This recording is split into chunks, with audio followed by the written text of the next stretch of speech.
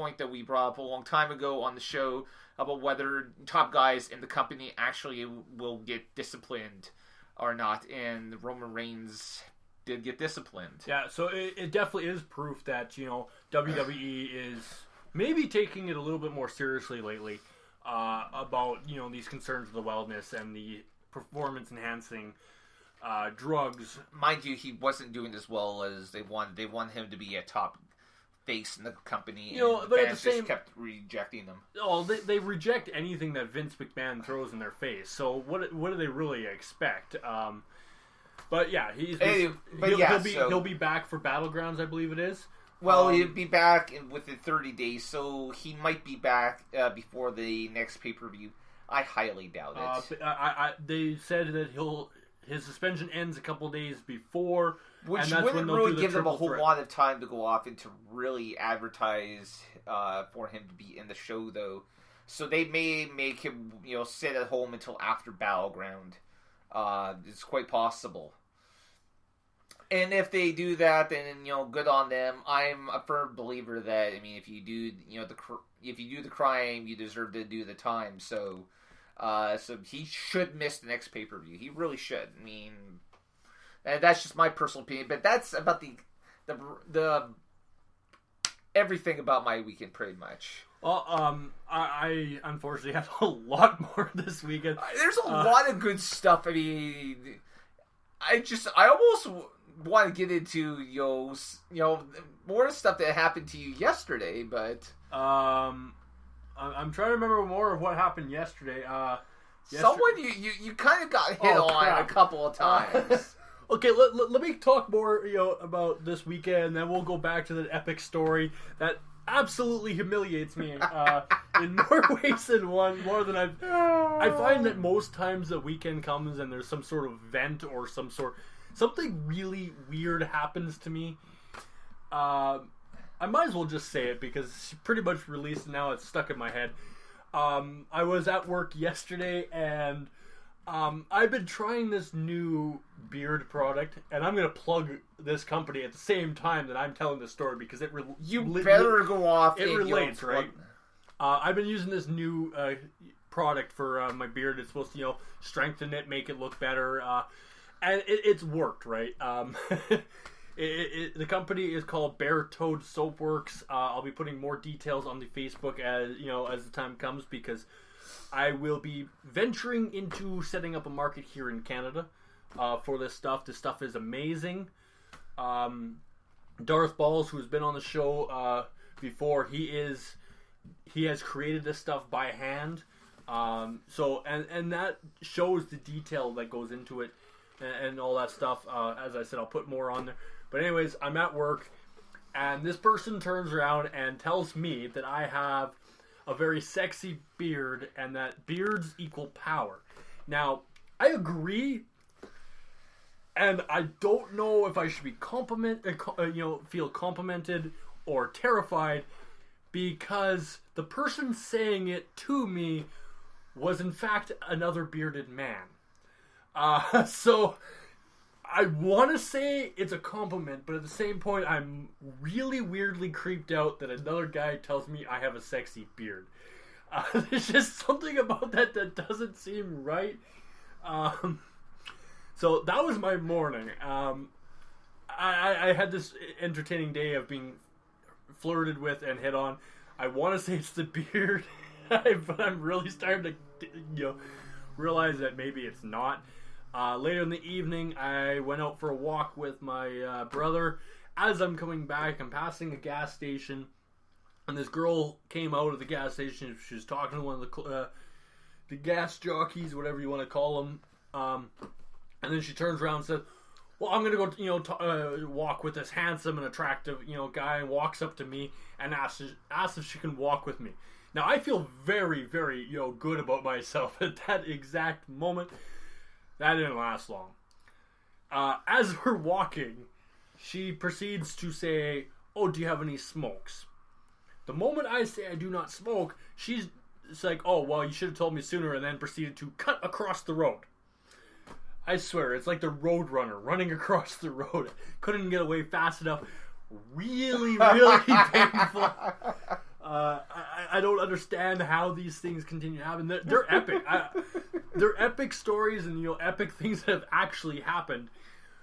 But it just makes me shake my head. Like in the same day, I have two very different but similar experiences with two different people, and I just don't get it.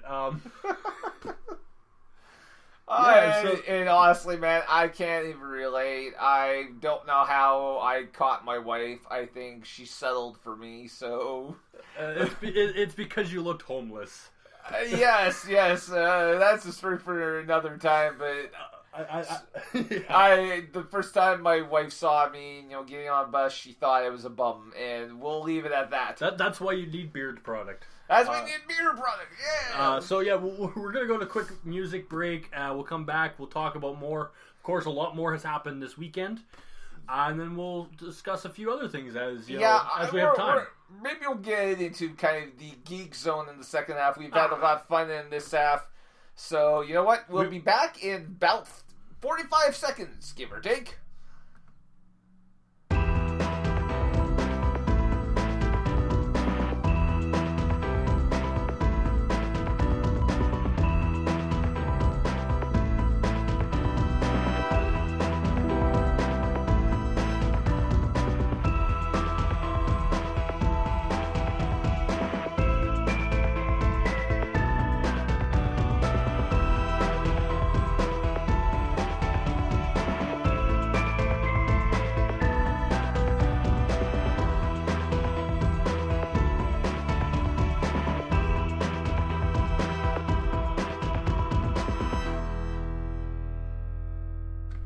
Hey guys, welcome back to the Captain Fizz and Mask Guy show.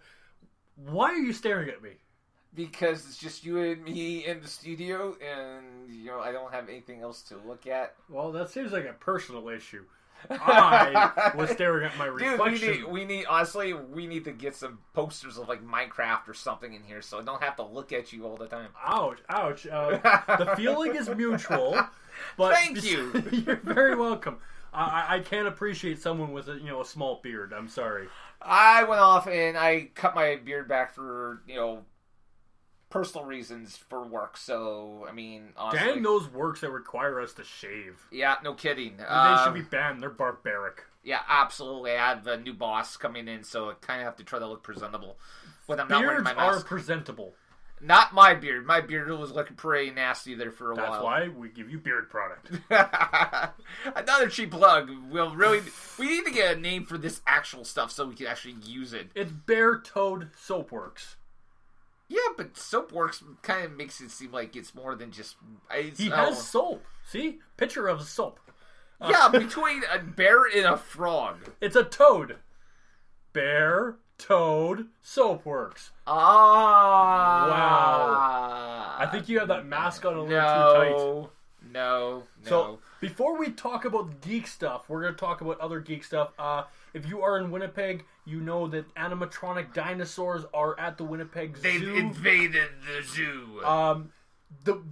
Honestly, it is a phenomenal experience. Definitely recommend checking it out. It was 50% off for all dads. Yay, dads, this last weekend. And how did I not know about this? Your boy was sick, so we figured it was better that he stayed home so he didn't get sick. Yes. My son's already got a fever. He didn't need to go out there. The best part about this exhibit was the fact, as I'm walking down the pathway by the camels, peering over the bushes at the camels was a big, gigantic T-Rex.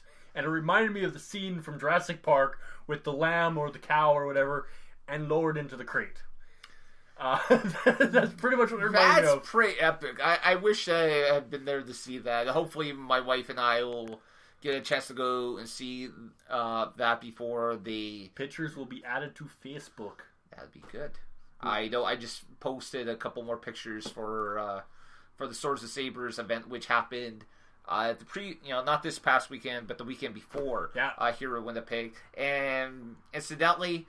I went off and, kind of wanted to let everyone know that, we need to get Winnipeg tourism to go off and start following us because we talk our the arm off, our mouths off, our heads off, every part of us off about all the epic great things that happen. What are you talking about? Get them to follow us. They were already following us. They went off and they retweeted us. I don't think I actually got.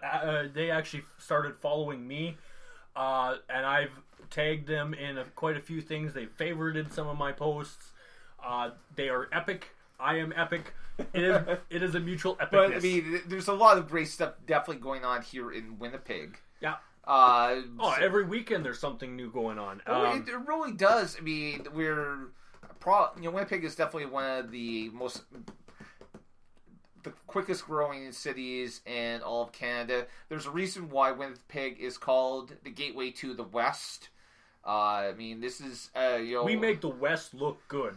We are. I mean, honestly, I mean, if it wasn't for us, it would be Saskatchewan and Toronto. And I mean, honestly, who really wants that, right? Toronto doesn't exist in my books. Anyways, Teenage Mutant Ninja Turtles. Teenage Mutant. I still have yet to see this movie. My wife and I were gonna go see it last weekend, but because of we just haven't gotten a chance to see it. And now there's honestly, we feel like we're never going to catch up with all the summer blockbusters we want to see.